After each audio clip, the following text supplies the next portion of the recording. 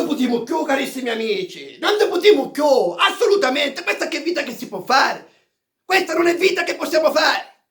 Ho appena ascoltato il telegiornale e ha parlato il nostro presidente Conte e ha fatto il nuovo DPCM per queste feste natalizie.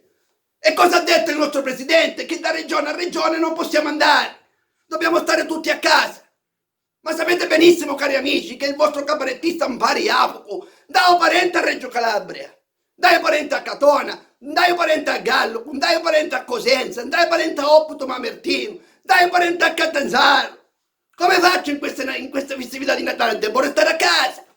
Però il presidente cosa ha detto? Che da regione a regione non possiamo andare in nessun posto, però possiamo andare all'estero.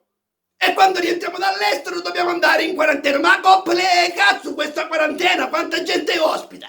In questo paese Covid non ce n'è. Ma questa che vita che si può fare? Non si può andare avanti con questo governo. Vi saluto, state per buono. E chi, coppole, cazzo?